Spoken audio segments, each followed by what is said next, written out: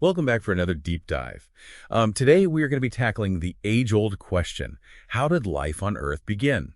We've got some really cool sources today from Science Advances, including an article by Aman Agrawal, and actually an excerpt from the scientific paper itself that suggests something as simple as rainwater may actually hold a clue. It really is amazing how sometimes the answers to life's biggest questions are right in front of us. Yeah. But before we get to the rainwater, let's rewind the clock a little bit, way back. We're talking billions of years ago, long before the complex cells that we see today. I mean, scientists believe that life arose from non-living matter. And there was this pivotal experiment back in 1953 that showed this might actually be possible. Have you ever heard of the Miller-Urey experiment? Oh, yeah. Yeah, that was a groundbreaking experiment. It basically recreated the conditions that existed on early Earth, combining water with gases like methane and ammonia, using electrical sparks to kind of simulate lightning. And incredibly, they produced amino acids, the building blocks of proteins.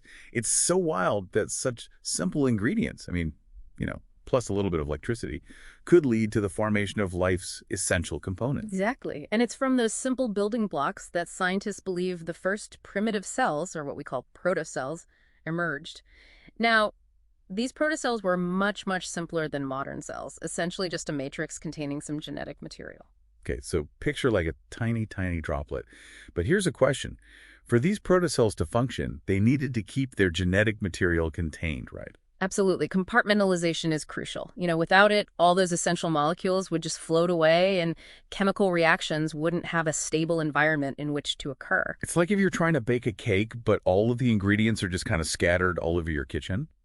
So how did these early protocells solve this containment problem? So there are two main models that scientists have been exploring. The first is vesicles.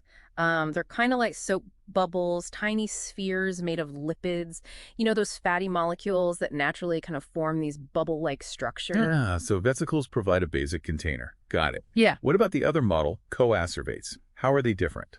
Think of coacervates like little tiny oil droplets suspended in water. They form from clusters of these organic molecules, and they're really good at concentrating chemicals within them. Okay, so they're like tiny little bustling chemical factories, but they don't have a membrane like vesicles do, right? Yeah. That seems like it'd be a problem when they just leak. You're exactly right. And that's where a big challenge arises, especially when we start to think about the role of RNA, which is believed to be a key player in those early stages of life. Hold on, RNA. I thought DNA was the molecule of life. Well, DNA definitely is in modern life, but many scientists believe that RNA came first. Its structure is simpler. And, it can carry genetic information and also act as an enzyme to catalyze those reactions. A lot of researchers think that RNA was the main character in what's called the RNA world, a hypothetical stage in the evolution of early life. Okay, I see why RNA is important here. So how do those leaky coacervates cause a problem for RNA? Well, imagine you have these early coacervates, each one with RNA molecules inside, holding the instructions for life to replicate and evolve. But without a membrane, the RNA could easily leak out. So all that genetic information, the potential for life to develop just floating away, that sounds like a pretty big roadblock. It is. Jack Sostak, who's a leading researcher in this area, pointed this out back in 2017. His research showed that this rapid leakage and fusion of coacervates could make it really hard for those stable genetic sequences to evolve. It'd be like a genetic blender that never shuts off. Yeah, and for evolution to work, you need variation. You need those differences between individuals so that natural selection can actually act on them. And, if all the protocells have pretty much the same mixed up RNA, there's no advantage for one to survive over another. Right, it's like trying to decide the winner of a race where everyone is running at the same speed. Doesn't really work. So how did early life get past this? How did the first cells manage to hold on to that genetic material long enough to kickstart life? Well, this is where things get really interesting. The solution might actually be incredibly simple, and it falls from the sky. Wait, are you talking about rain? Rainwater? Exactly. Aman Agrawal, who wrote the article we're looking at, did research suggesting that deionized water, which is very similar to rainwater, could have played a key role in actually stabilizing those early coacervates. Okay, how does that work? I would have thought adding water would just make them more unstable. It's not about adding water, it's about what's not in the water. It's the lack of ions in deionized water. Just like rainwater, that is key. Remember how I was saying that coacervates are like those little oil droplets in water? Usually they want to merge together, but when they're surrounded by deionized water, something cool happens. Okay, do they start repelling each other? You got it. They stay separate, which prevents that constant mixing of RNA, and they don't leak as much. So ancient rainstorms were basically creating these little protected nurseries for the building blocks of life. That's amazing. Yeah, it's a cool idea, right? So picture this. Early Earth. A landscape with shallow pools of water, all rich in those organic molecules that are needed for life. And then rain falls and infuses those pools with deionized water. Suddenly, the conditions are perfect for these stable coacervates to form and maybe, just maybe, start to replicate and evolve. This is blowing my mind a little bit. But how can something like rainwater have such a big impact? What's the actual science behind this? So this is where we need to dig a little deeper into the structure of these coacervates. It's not just about forming like a solid barrier. The research has shown that when those coacervates are stabilized by deionized water, they develop a kind of skin. A skin. So there's something more going on than just those clustered molecules. What is this skin even made of? Well, it's not a membrane in the way that we think of it. Because there are no counterions in that surrounding water, the polymers at the edge of the droplet, they're oppositely charged, so they become electrostatically cross-linked. And that forms this thin, porous skin. Think of it less like a solid wall and more like a loosely woven fabric. Chorus. So things can still pass in and out. But it's stopping that RNA leakage. How does that work? That's what is so amazing. This skin is really effective at stopping those coacervates from merging while still letting smaller molecules get through. It's like a filter, right? It lets the coacervates exchange things with their surroundings, but keeps those big, important RNA molecules inside. So it's not totally sealed off. It allows for communication and exchange, but the RNA instructions are kept safe. This is getting even more interesting. So tell me about that. How does this size selectivity work?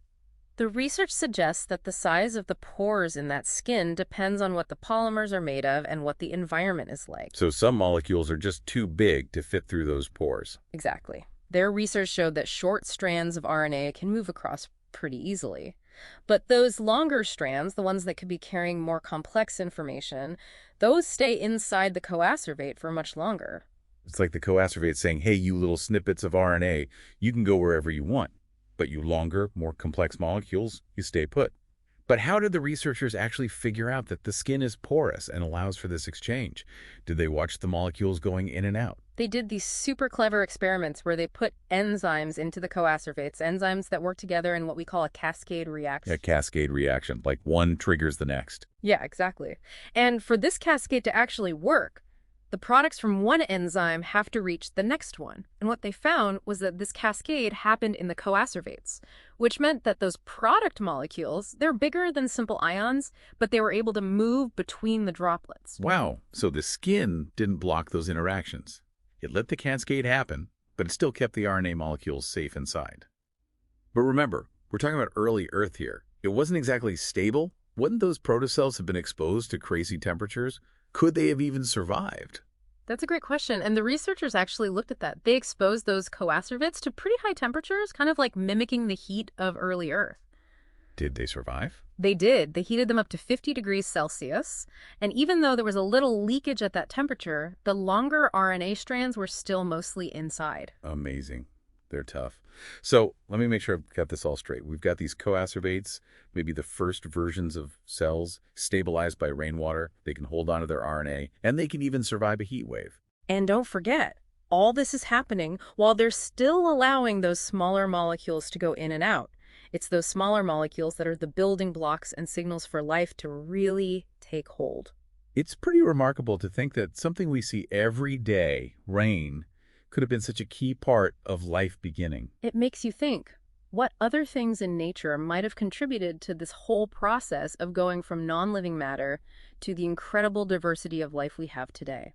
That's a really good question. It really opens up a lot of possibilities. You know, we've been focused on the details of these protocells, but it's important to remember that bigger picture.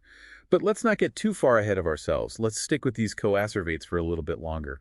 I think they've got more to tell us. There's definitely a lot more to learn about these coacervates and how they might have helped start life. One thing that really stood out to me in Agrawal's research was how these simple coacervates show some really complex behavior when they interact with RNA. Really? We talked about how their skin can filter molecules by size, but what other kinds of complexity are we talking about? Well, it turns out that the size of those RNA strands isn't the only thing that affects their movement in the coacervates. The structure of the RNA molecule matters too. The structure. You mean it's not just the sequence of those genetic building blocks, but how the RNA molecule folds and twists. Right. It's like this. A long, straight piece of RNA might move more slowly than a short one. But a short piece of RNA that's all folded up might also have trouble getting through those pores. So it's like trying to fit different shapes through a door. A long stick might go through easily, but a big box, even if it's shorter, could get stuck. Exactly. And that's what makes this so interesting. It suggests that those coacervates weren't just holding on to RNA. They might have been interacting with it in ways that could have changed which RNA sequences were kept, copied, and passed on. So the coacervates were helping shape the evolution of early genetic material. Not just a container, but influencing which RNA thrived. Amazing. But how do we know this is really happening? Did Agrawal's research show this? They did. They put different RNA molecules with different lengths and structures into these stabilized coacervates and watched how they moved. What they found was really cool. Short, straight RNA strands moved quickly, like we expected, but some of the longer strands, the ones folded into compact shapes, stayed inside for a lot longer, even longer than some shorter strands that were more linear. So it's not just a size filter. There's something more going on between that coacervate skin and the RNA molecules themselves. This is really exciting. But if coacervates are keeping certain RNA molecules based on their structure, does that mean they could have helped create something like a genetic code? Could they have played a role in the very beginnings of inheritance? That's a great question, and it's definitely possible. We're still learning how things went from simple RNA molecules to a system that could replicate itself. But this research gives us a peek into how coacervates, with their simple skin and their filtering abilities, might have been a part of that process. It's like we're putting together a puzzle. We have the building blocks of life, amino acids, from experiments like Miller-Urey. We have a model for early cells, the coacervates. And now we're seeing how rain could create conditions that not only protect RNA, but might even guide its evolution. It's pretty mind-blowing. It really is. And it shows how things in nature that seem totally separate, like the chemistry of molecules and the physics of raindrops, can come together to create something amazing. And this is just one part of it. Earlier, you mentioned other things in the environment that could have played a role, too. Can you tell me more about that? What else might have shaped those early conditions for life? One really interesting area of research is looking at volcanoes. Early Earth had way more volcanoes than today, and those volcanoes weren't just spewing out lava. They were releasing tons of gases, like carbon dioxide, methane, and ammonia. Those are some of the same gases used in the Miller-Urey experiment, the ones that made amino acids. You got it. So maybe those volcanoes were pumping out the ingredients for life into the atmosphere and then into those shallow pools where we think the coacervates were forming. So it's not just rain creating safe spaces for coacervates. It's the volcanoes providing the stuff life is made of in the first place. It's all connected. What other environmental factors were there? Well, another thing to think about is cycles. Early Earth had cycles like day and night, temperature changes, even tides, just like we do today. Cycles. How could those have affected the development of life? Think about those early protocells, those coacervates going through these regular cycles of change.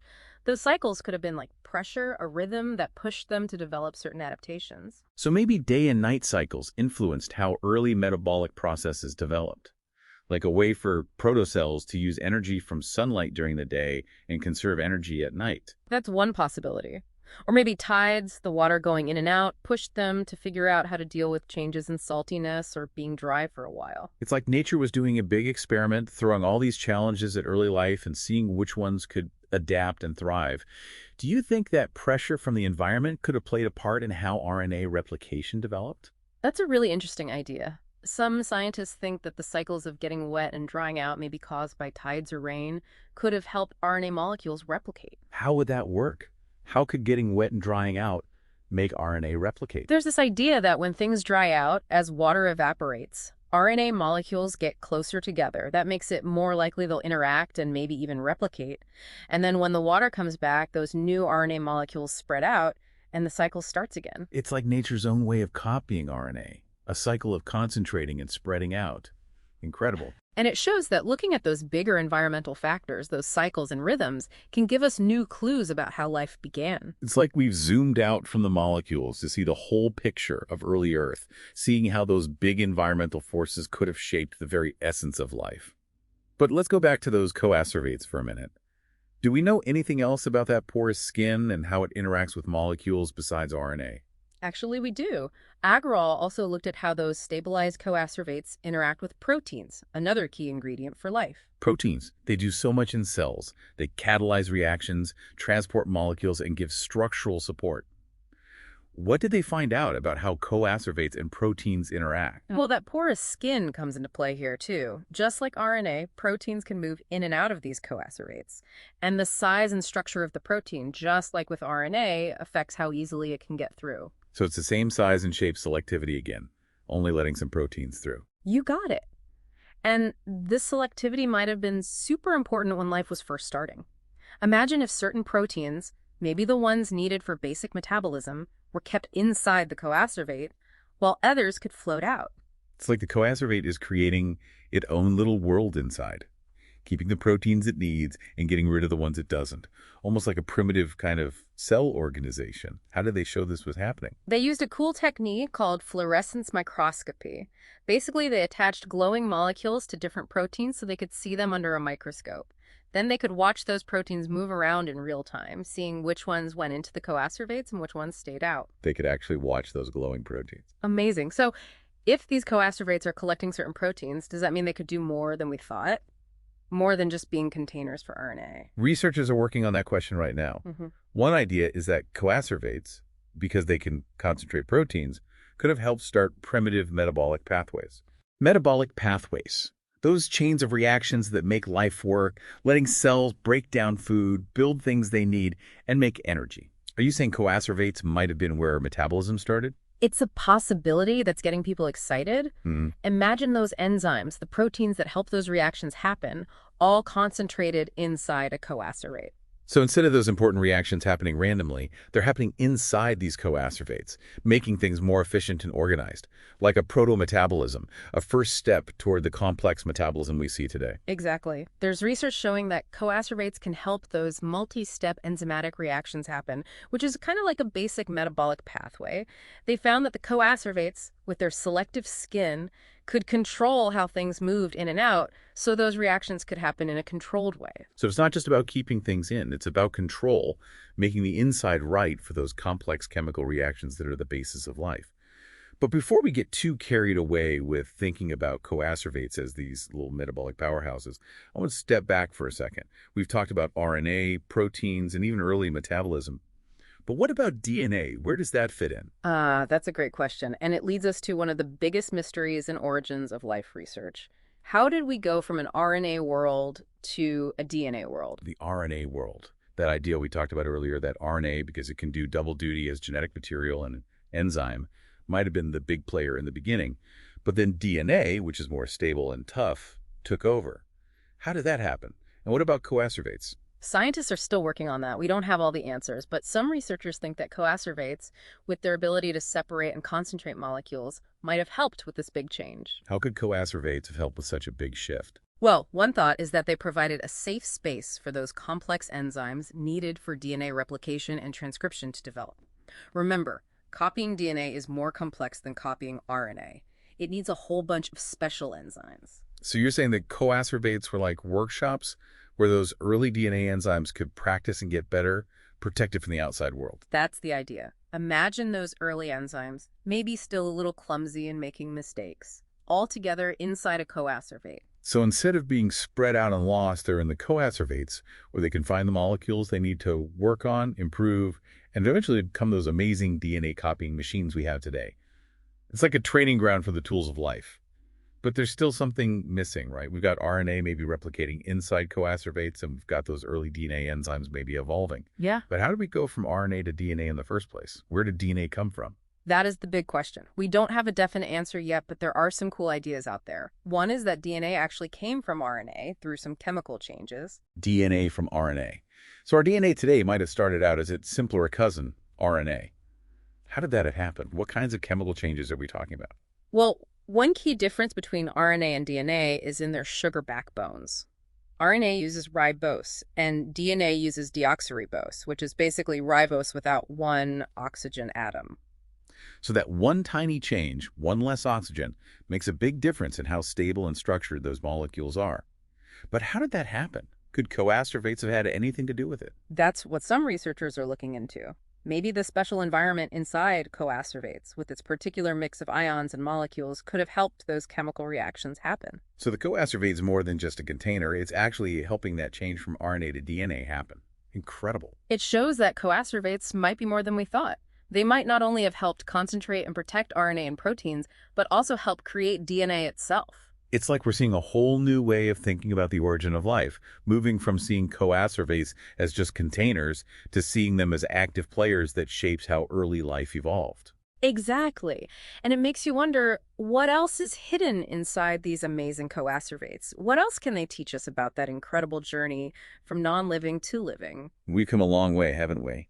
From imagining those first steps of life in that primordial soup to discovering this hidden world inside these coacervates. It's incredible to think that something as simple as rainwater, something we see all the time, could have helped create those environments where RNA, proteins, maybe even DNA could have formed. It makes you think differently about how life began, right? We always think about complexity needing complicated structures. But here, we see that something as basic as the lack of ions in rain can trigger a whole chain of events that leads to these amazing levels of organization at the molecular level. It's a perfect example of how simplicity can lead to complexity, how those fundamental laws of physics and chemistry can come together to create the conditions for something as amazing as life. And this is just one path we're exploring in this huge, always evolving field of research into how life began. And as we go deeper, uncovering more clues about how those molecules and environments dance together to create life, it's important to remember that this isn't just about understanding the past. You're right. It's about seeing how the ancient and the modern are connected, how those first little steps of life, billions of years ago, are connected to the incredible diversity and complexity of life we see today. Exactly. When we understand how life began, we start to see how fragile and resilient life is. We see how life and the environment are inseparable, shaped by physics and chemistry, and that constant pressure of evolution. It's like getting a whole new perspective on our place in the universe. We're part of this huge story that goes all the way back to the very beginning of life on Earth. And that story is still being written. Every new discovery adding a new layer of understanding, another detail to the big picture of life. Well, listeners, we've gone from the primordial soup to the world of coacervates, those tiny droplets that might hold the key to understanding how life started. We've explored how rain, something so simple, could have made those coacervates stable, giving RNA, proteins, even DNA a safe place to develop.